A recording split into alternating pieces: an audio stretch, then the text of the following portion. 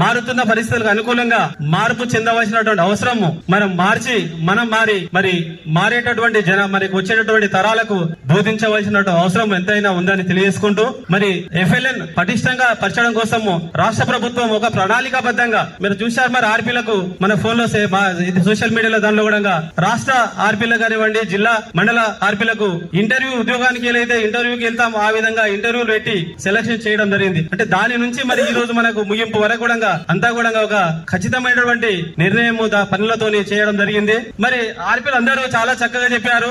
Subject content సంబంధించినవి అవన్నీ కూడా మనం చక్కగా నేర్చుకుని మరి తరగతి గది లోపల విద్యార్థులకు అన్వయించినప్పుడు నిరుపయోగంగా ఉంటాయని మన గౌరవ ఎంఈఓ సార్ మారంలో చెప్పారు. చాలా చక్కని అంటే ఉదాహరణలు ఇవ్వడం జరిగింది. రోజు మనం 9 గంటలకు వెళ్తాము, స్కూల్ కు 4 గంటల వరకు పనిచేసి వస్తాము.